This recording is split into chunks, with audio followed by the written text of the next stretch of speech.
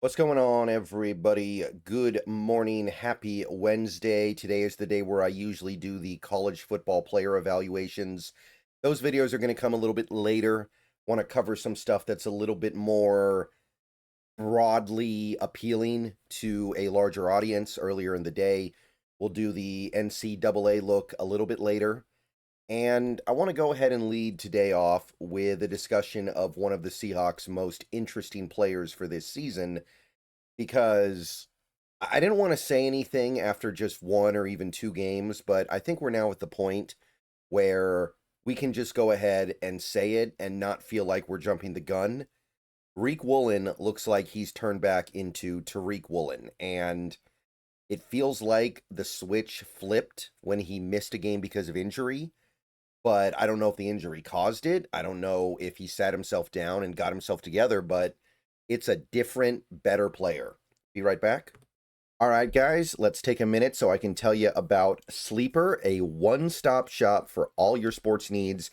You can celebrate and chat on sports games in real time with other users. You can get the fastest scores, blazing fast sports news and sports alerts right at your fingertips. And of course, you can use Sleeper to play in fantasy leagues and win real money on picks contests. This is the way sports were meant to be enjoyed together. So download Sleeper today.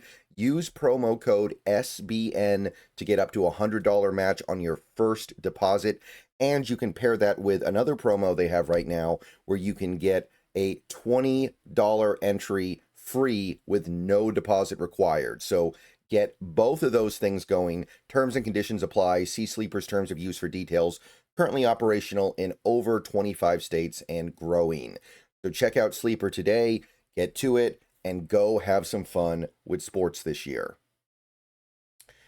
All right, welcome back. So, obviously, I think that we all understand that even if you're a Woolen fan, even if you're pro Riq Woolen or Tariq Woolen, I don't know what he's going by right now. I've seen some people say he's gone back to Tariq, but a lot of people still call him Riq. Whatever.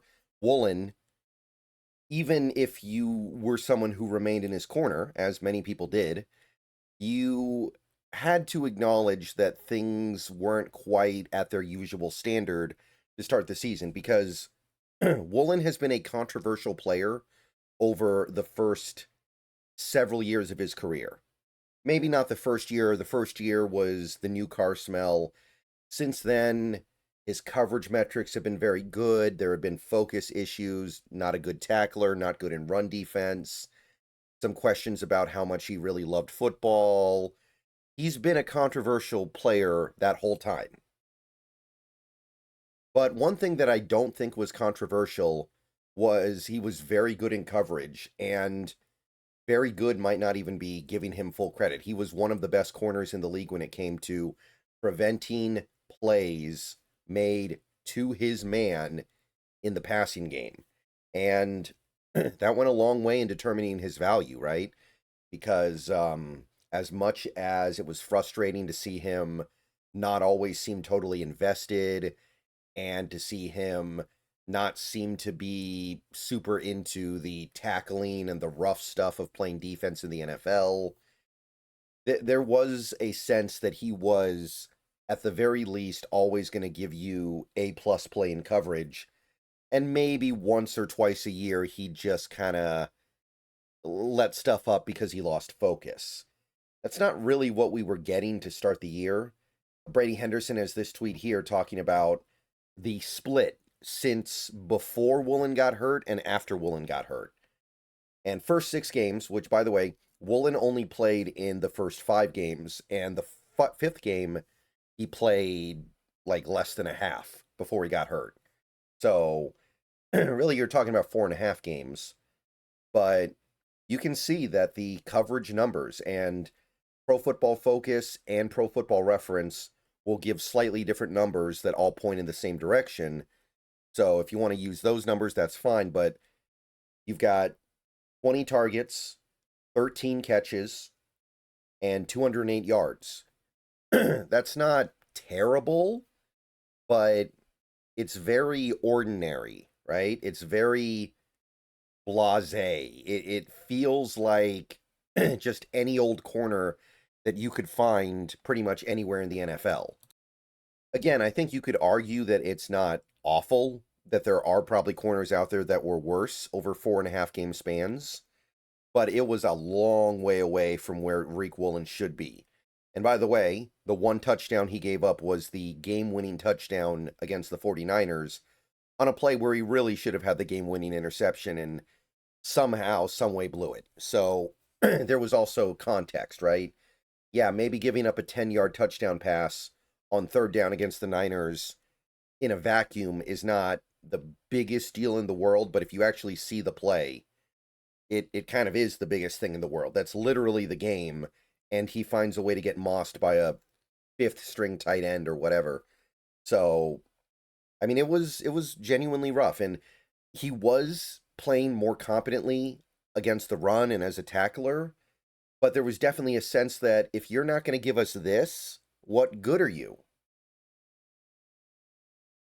So he gets hurt. He misses the Jacksonville game. He comes back. And while people did calm down a little bit after the week 1 game, there was a sense, there was a general attitude among the fan base that was like, who needs him? Let's just trade him, get him out of here, and roll with Josh Jobe and Shaq Griffin and Nehemiah Pritchett or whoever for the rest of the year. Let's just get something for Woolen and move on. Since coming back from the injury, Woolen has been the old Woolen. The only thing that's missing so far is an interception, but look at the way the numbers change. 17 targets, which is about the same rate as he was getting targeted earlier, but only 5 catches for 29 yards. So he's allowing fewer catches, a much lower completion percentage. The completions he's allowing are for far fewer yards, and his passer rating allowed when targeted is 39.6, which is equivalent to the passer rating a quarterback gets when they throw an incomplete pass, right? I think it's exactly identical. So it's been a world of difference, and he's made many more plays on the ball since coming back. And I gotta say, I didn't know if the turnaround was there. I knew that it's always on the table, of course, that a good player that is playing bad can start playing good again. I wasn't convinced. I was not convinced. But it goes beyond just the cover stuff, right? You go over to Pro Football Focus. They legitimately thought Woolen over the first 4 games of the year, let's say 4 games. You could go 5, but let's say 4, whatever, was one of the worst players in football. They had him graded at a 55.2 or lower in all 4 games. They had his tackling grade be absolutely abysmal. And by the way, it still is pretty abysmal, but again, he's a cover player. He's a cover corner. We're willing to kind of, I think, understand that he's not going to be the greatest player in the world tackling. He's not going to be the greatest in run defense. We don't need him to be. We just need him to provide good things in coverage, and he wasn't. You can see his coverage grades were abysmal. I think there was a point in time where his run defense grade was way higher than his coverage grade. And then the last 3 games, it's been pretty good. And I think he got shortchanged with his grade against Arizona. I think this should have been in the 80s. But regardless, things have changed radically for Woolen.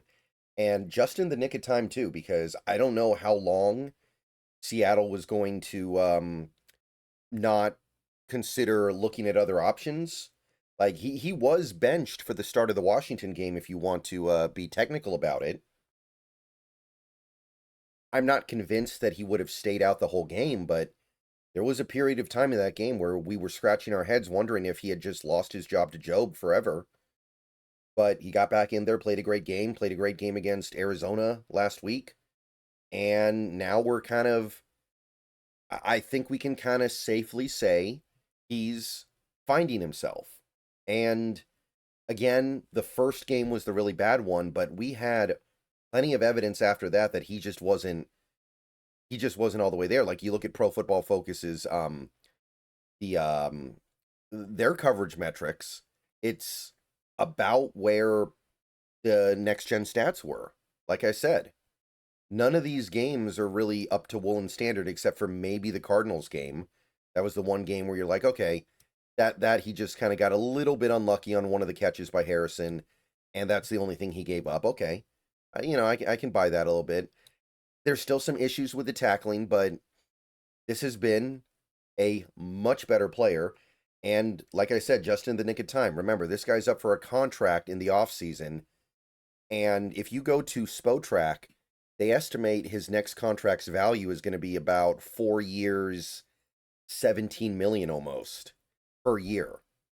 So he has a lot of money that he can make, but he probably wasn't going to make it the way he was thinking, the way he was playing earlier in the year. And by the way, just to throw a little bit of the alternate perspective on things, got this tweet from a Condota here talking about a new Pro Football Focus stat called lockdown percentage. This metric focuses on coverage measuring how well a defender prevents a receiver from getting open, basically trying to isolate the play of the corner independent of did the ball get thrown to his receiver and did the receiver catch it. Riq Woolen, and this is the whole regular season, is second behind only Sauce Gardner. By the way, Josh Job's up here as well at fifth, so that's pretty cool. But yeah, Riq Woolen, even with that first game against the Niners, even with the not great moments against the Saints and the Steelers, 68% lockdown percentage, second only to Gardner. So even when he's having issues, he's doing something right. And he's doing something that only a few players in the NFL are even remotely capable of doing. So he's back.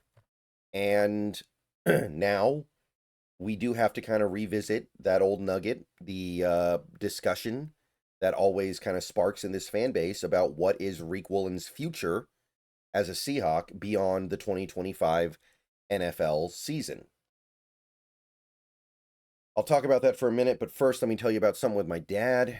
Hey everybody, Seahawks Brendan Nelson here to show you some really cool steel art for the 50th anniversary of the Seahawks and a Mariners medallion too, like the ones pictured above my head.